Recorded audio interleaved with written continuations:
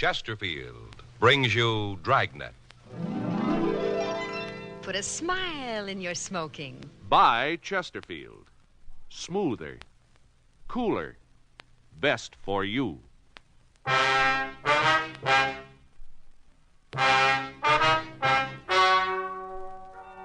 Ladies and gentlemen, the story you are about to hear is true. The names have been changed to protect the innocent.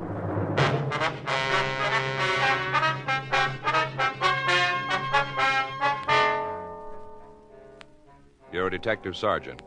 You're assigned to Internal Affairs Division. A man who claims he's a policeman has been accepting bribes in your city. Evidence points to the fact that he is an officer. Your job? Check it out.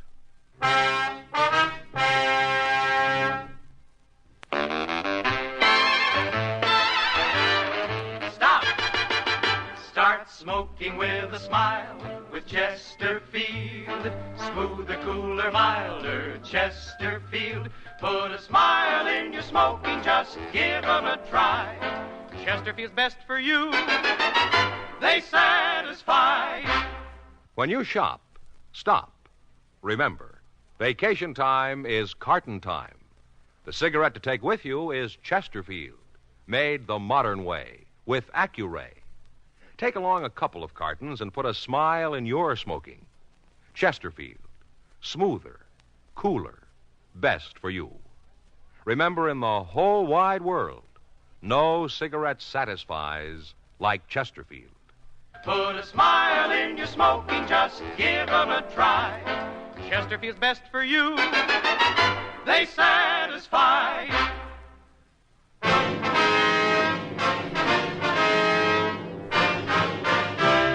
Dragnet, the documented drama of an actual crime. For the next 30 minutes, in cooperation with the Los Angeles Police Department, you will travel step by step on the side of the law through an actual case transcribed from official police files. From beginning to end, from crime to punishment, Dragnet is the story of your police force in action.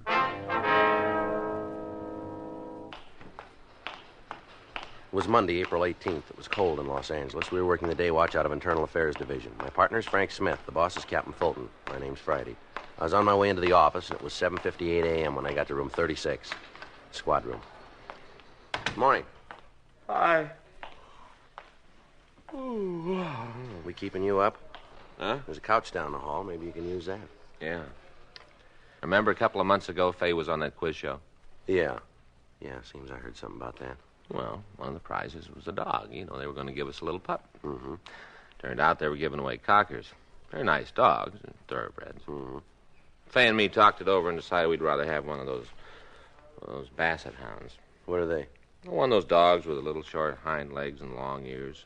You know, long face, basset hounds. Yeah. Mm-hmm. I see them in the magazines. You know, they got sad eyes, always look so sad. Yeah. Well, they're hard to get. We had to wait a while. I got the call Saturday. Pup was there. Mm-hmm. I went out and picked him up. Mm-hmm. Named him Hector. Yeah, that's it, Hector. Why? Why? Well, because the old expression kind of fit. Mm-hmm. Since Since Hector was a pup. Get it, Joe? Hector, see, he's still a pup. Oh, Hector the pup. I was up with him all night. He couldn't sleep. Kept whining. You still work here, don't you? I just stayed up and kind of hummed to him to comfort him. You still working here? Oh. Anything Yeah. come in this morning? Yeah, there's a couple of mug shots over there from Sacramento. Thank you. Sure be glad to get to bed tonight. Excuse me. Yes, ma'am. Something we can do for you? Man down room 38, Bunko, told me to come here. Yes, ma'am. DeBetta, that's his name, said see you. Mm-hmm. Want to report something. All right, would you like to sit down? Thank you. Now, what can we do for you? I think it's been too long. What's that? Well, I paid for it over a month ago. I'm tired of waiting. You want to tell us about what you mean? Well, Henry should be home by now. It's been over a month. Who's Henry? My husband, Henry Farwell. When I gave the man the money, he said he'd get Henry out of jail right away. That's what he told me. What man? The man who came to see me. Oh, yes, ma'am, but who was he? A policeman.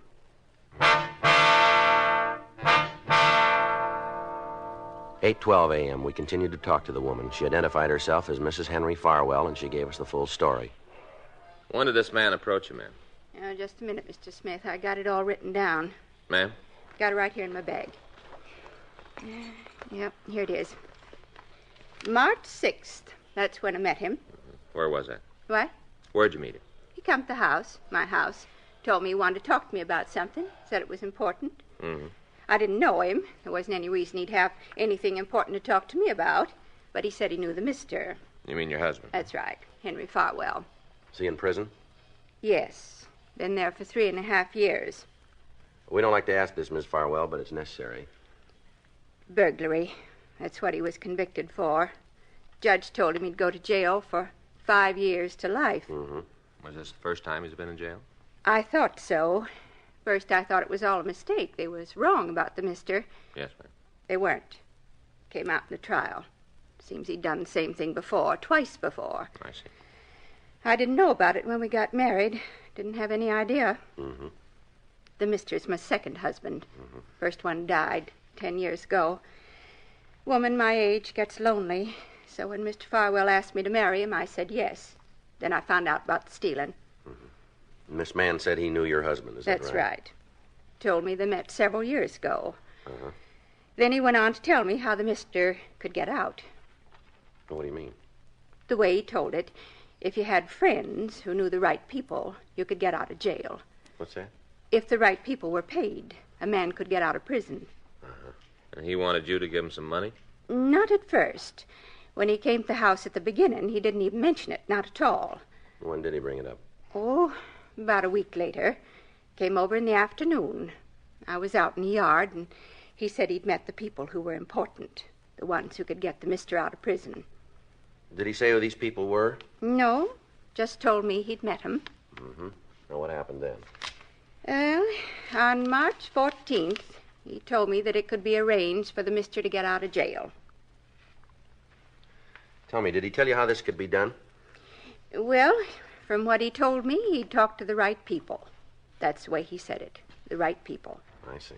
If he gave him $5,000, the mister could be turned out. 5,000, huh? Yes.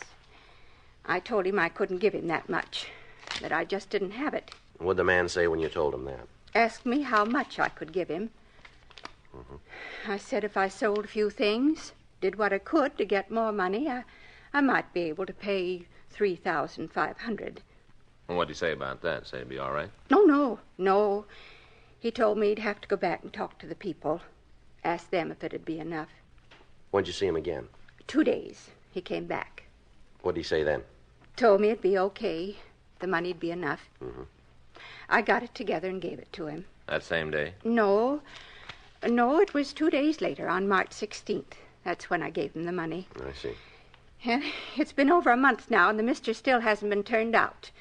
I wrote to him, but he doesn't say anything about coming home. I don't think he knows anything about it. Yes, ma'am. Now, I don't want to cause any trouble. Just want the mister out of prison, or else I want my money back. You told us this man was a policeman? That's right. In what city? I don't understand. Well, what city did he work in, or what city did he say he worked in? Here, in Los Angeles, right here. Did he show you some identification? Oh, yes. I wouldn't just hand over the money without that. I saw his badge. Mm-hmm.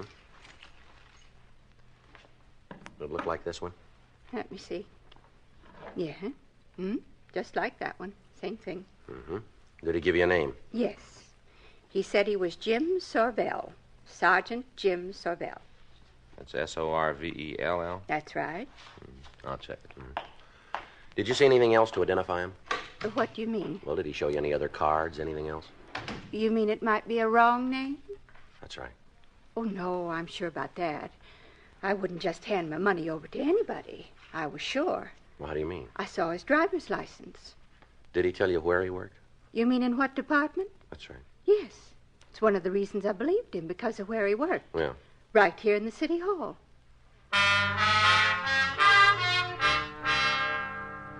While I continued to talk to Mrs. Farwell, Frank put in a call to personnel. 3 minutes later, he called me out into the hall. Let me close the door. What do you got? Well, I checked the personnel records. Yeah, what'd you find out? Looks like she was telling the truth. What? There is a Jim Sorvell. City Hall? Well, closer than that. Huh? Auto theft detail.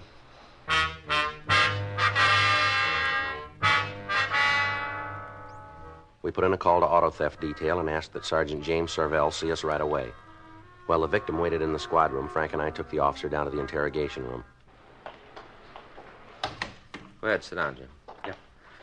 Thanks. Well, what's this all about? Well, it's a rough one, Jim. We hope you got the answers. Now, give me a try. How long you been a policeman? 12 years. How long you been working auto theft, Jim? 2 years this time. I worked there before, about 5 years ago. Uh-huh. Well, what's this all about, anyway? You know a woman named Farwell? Farwell? Mm-hmm. No, I don't think I do. How about a man, Henry Farwell? No, I don't think so. No, wait a minute. A few years ago when I was working burglary, seems we had a suspect with that name. Yeah. Big guy. Fallen twice before, the way I remember. Bad name around town. Might be the same one. What about him? I heard he went to the joint a couple of years ago. Well, his wife came in here this morning. Yeah.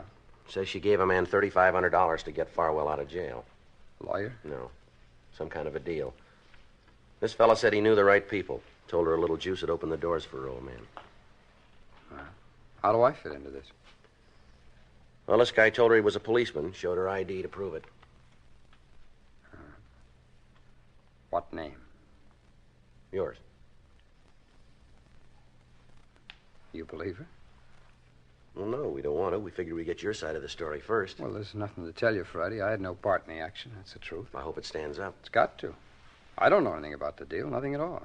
I wouldn't know the woman if she walked in here right now. Well, then you don't mind letting her take a look at you, then? No. Bring her in.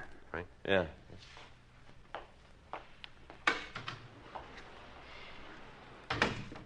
How'd she happen to pick me? Told us the fella that took her gave your name. Must be a goof up someplace. Mm-hmm. You got your driver's license? Yeah.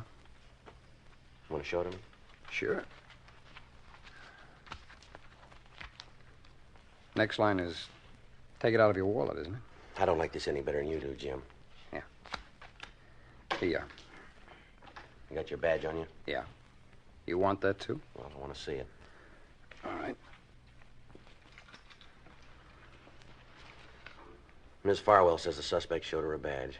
Says it looked good. I don't think it was mine. Well. Here.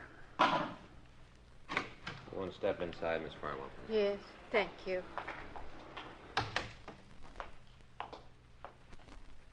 All right, Miss Farwell. You know this man? Yeah? Seems I've seen him someplace before. Yes. Now be careful and look carefully. Do you know where you've seen him? I'm trying to think. Take your time. Be sure. Yes, ma'am. Please be sure. Yeah, hair's a little shorter. Had a mustache before. But I can tell. I can tell for sure. What's that? He's the one that took my money.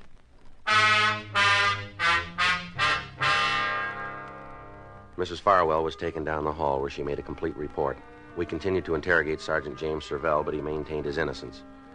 He was suspended from the police department pending an investigation by our detail and the district attorney's office. A week went by. During that time, we talked to Sorvell's friends and the men he worked with. His financial condition was investigated. He owed some money, but he was not behind in his payments. His bank account didn't show any large deposits, and from what we could find out, he was not living beyond his means. If he was guilty, he hadn't spent any of the money that he'd taken. We asked the stats office to make a run on con men who had used a similar approach. They came back with a list of 18 possible suspects. We pulled the mug shots from the packages on the men, and we drove out to see Mrs. Farwell. She showed us into the living room of a very small house. Now then, what is it this time? You come to bring my money back? No, ma'am. Well, when am I going to get it? Seems like a long time. The mister's still in prison, and I haven't got my money. Yes, ma'am. We'd like you to look at some pictures, if you would. What for? We'd like to see if you recognize any of the men. Sure, I got nothing else to do. Let's see 'em. There you are, ma'am. Mm-hmm. Yeah. Mm-hmm. Yes, sir. All right. Now, looked at the pictures. Now I get the money. No, ma'am. When do I get it? Well, we haven't been able to recover it yet. What? We haven't found it yet. What about that man you got, Sorvell? What about him? Ma'am? Make him tell you where the money is. He took it. Make him tell. From what we've been able to find out, he hasn't got it. Now we get down to cases, huh? What's that? Let's lay the cards on the table. I'm getting pretty mad about it. When I first came to see you, I wanted the money back. Either that or to have the mister out of prison. Either one. It didn't much matter which, but I did want one of them. Yes, ma'am, I understand. Now, you've got the man who took the $3,500. Got him in jail. And you tell me you can't find the money. Is that right? Yes, ma'am, that's right. You want to know what I think? You want to know? What's that? I think you're all in it together. That's what I think. The whole bunch of you, all in the thing together. That's not true. You say so, but I think different. Now, I'm going to tell you something, Mr. Friday. I'm not going to wait any more. I want the money back or I'm going to the newspapers again. I'll tell them what's happened. They'll get me some action. Now, just a minute, Miss Farwell. No, I won't. I've done all my waiting already. You think that just because I'm an old woman you can push me around. Well, you just got another think coming. I want that money, and I want it right now, and if I don't get it, you're going to be in a lot of trouble. We're doing everything we can to get your money Well, then back. you better start doing more, because I'm not happy at all. All you cops, you stick together. Well, this time it's not going to do you any good. You don't understand, Miss Farwell. I think I do, maybe too much. I'll tell you what I'm going to do. I'll give you just 3 days to get that money back, or I'll scream my head off to the newspapers. You've got the man in jail. Next thing, you'll be telling me he didn't do it. We're not sure he did. Uh-huh. Well, he did. I guess I know. I'm the one he stole from. He's the man, and I want to see him in prison, too. Well, if he's guilty, that's where he'll go. I'm telling you he is. What more do you need? Just one more thing. What's that? Proof.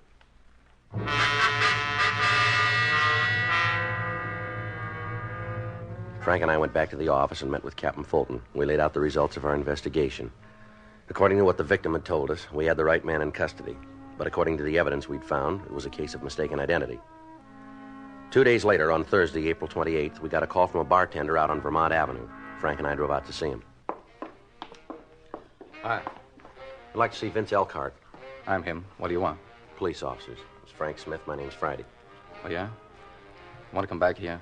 We can talk. Yeah, fine. All right, what'd you want to see us about? I know I'm letting myself in for a lot of trouble. Anything you guys can do to help me out, I'd appreciate it. But I ain't asking for no special treatment. Well, now, suppose you tell us what it is. Well, night before last, a couple of kids came in. They sat at the bar, ordered a drink. Mm-hmm. Well, they looked kind of young, so I asked to see their ID. Playing it safe, you know. Go ahead. Well, they showed me their driver's licenses. I checked them. Looked all right to me, so I served them. Yeah. Guess I made them kind of embarrassed. They only had one and then shoved off. Mm-hmm. There was no sooner out of the place when this guy came up. Told me he wanted to talk. What about? Said the two kids were underage, minors, that I'd served them and the beef was on. Well, who was he? That's why I called you. Maybe I was wrong serving the kids. Maybe I did make a mistake, but I sure ain't going to stand for no shakedown. Not a penny's worth. This man tried it, did he? Sure. Told me if I paid off, he'd forget what he saw. Well, who is he? Cop. Name of Jim Servell.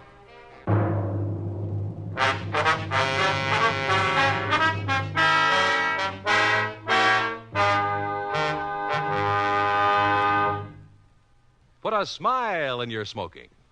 Next time you buy cigarettes, stop. Remember this. It's today's biggest cigarette news. Chesterfield is made the modern way with Accuray. The Accuray controller is the greatest improvement in cigarette making in years, and it's a Chesterfield exclusive. This amazing quality detective electronically checks and controls the making of your Chesterfield, giving a uniformity in smoking quality never possible before. So buy Chesterfield today. For the first time, you get a perfect smoke column from end to end. A perfect smoke column from end to end. From the first puff to the last puff, your Chesterfield smokes smoother. From the first puff to the last puff, your Chesterfield smokes cooler. From the first puff to the last puff, Chesterfield is best for you. Next time you buy cigarettes, stop. Remember, Chesterfield is made the modern way with Accuray. Put a smile in your smoking, just give 'em a try. Light up a Chesterfield, they satisfy.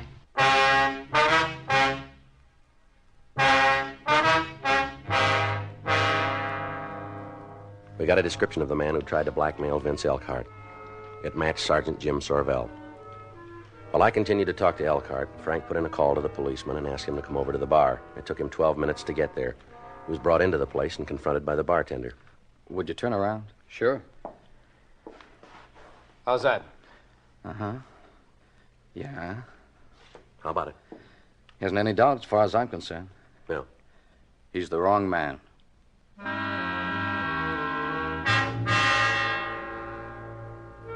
We made arrangements for Vince Elkhart, the bartender, to come down to the city hall and go through the mug books.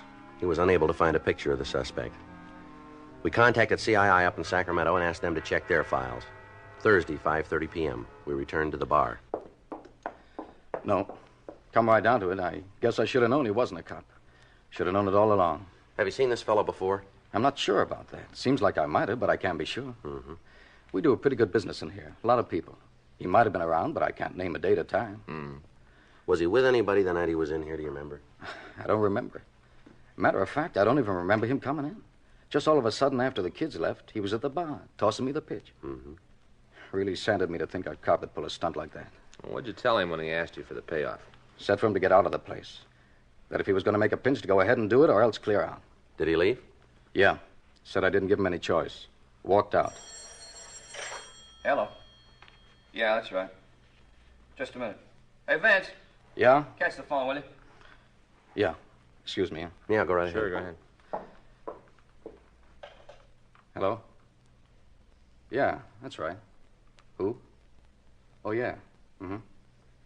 I don't know. Yeah. No, I understand.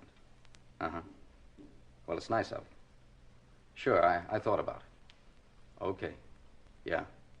Goodbye. You guys must live right. Hmm? That was him. The phony cop? Yeah. He'll be right over.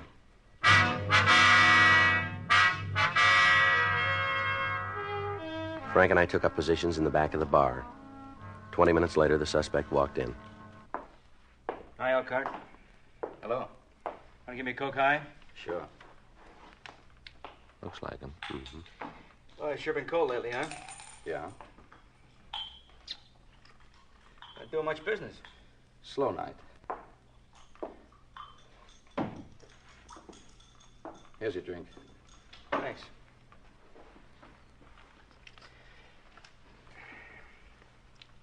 Where can we talk? It's all right here. And what about the two guys in the back? They won't bother anybody. Both gassed. All right, Elkhart, what about it? You mean the payoff? That's right. I talked to the boys downtown. They say they'll let you off the hook for $750. That's a lot of money. Your license is worth more, isn't it? I suppose so. But I gotta know what I'm buying. Who are these guys downtown? Well, that doesn't come into it. All you got to do is dig up the money. How high does the juice go? What do you mean? Just that. How far up does the payoff go? All the way to the top? All right, we got enough. All right. Yes, sir. You play along with us and you'll do all right. This is him. All right, mister, let's go. What are you talking about? What is this? Police officers, you're under arrest. For what? Suspicion grand theft, impersonating an officer, and we ought to be able to figure up a couple more on the way downtown. Oh, hey, you guys are wrong. You made a mistake. Sure we have. Stand still. Nice clean. You're going to be awful sorry about this. Is that right? Sure, I got a lot of friends in town. Some of them pretty high. Mm-hmm. You mind giving me your names and numbers? I want to be sure I got the right dope on you guys. Time I get through, you'll both be working so far out, you'll need a passport to get home. Mm-hmm. Got it all figured, haven't you? Front, back, and in the middle. Yeah. Like reading a story. Well, I don't know about the first part. Yeah. But I can tell you how it's going to end.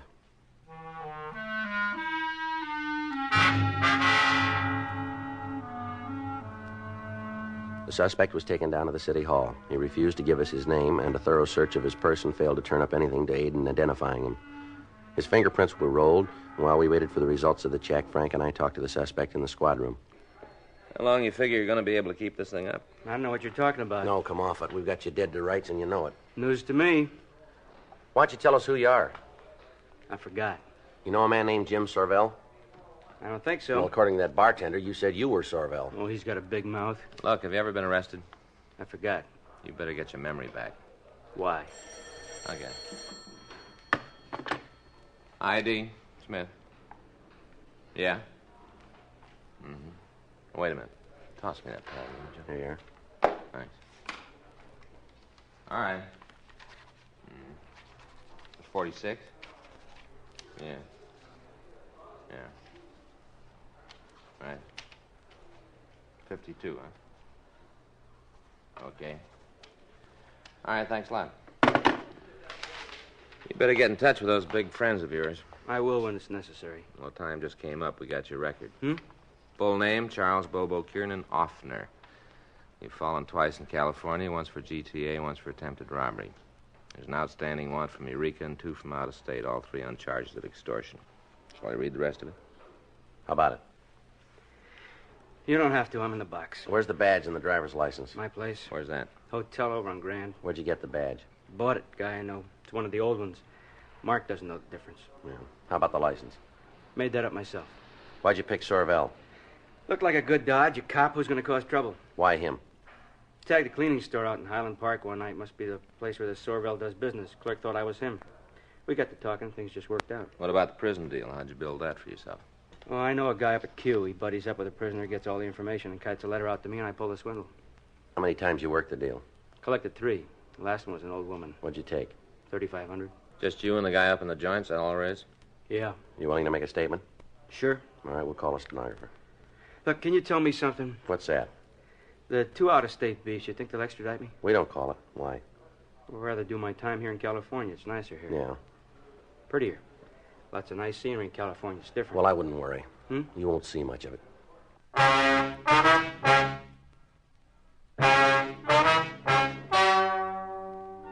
The story you've just heard is true. The names were changed to protect the innocent.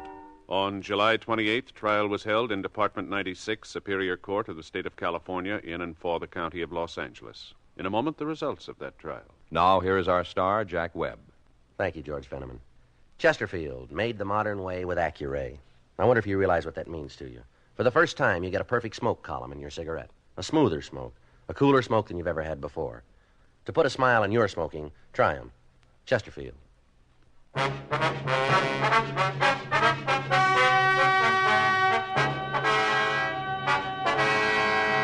Charles Kiernan Offner was tried and convicted on grand theft money, 3 counts, and received sentence as prescribed by law. Grand theft money is punishable by imprisonment for a period of not less than 1, nor more than 10 years in the state penitentiary. Sergeant James Sorvell was reinstated in his duties with full back pay.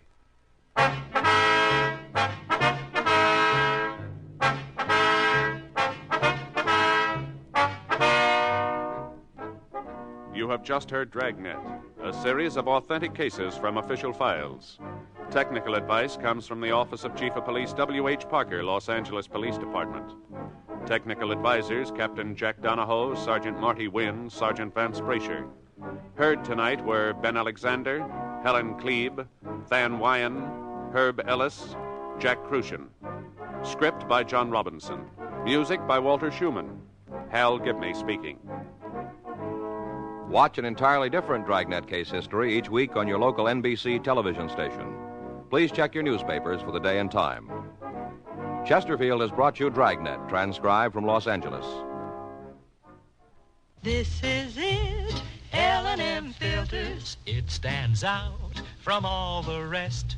Miracle tip, much more flavor. L&M's got everything. It's the best. Yes, L&M's got everything. Superior taste, superior tobaccos, superior filter. It's the miracle tip, pure and white. Buy L&M, America's best filter tip cigarette. Hear Dragnet next week, same time, same station.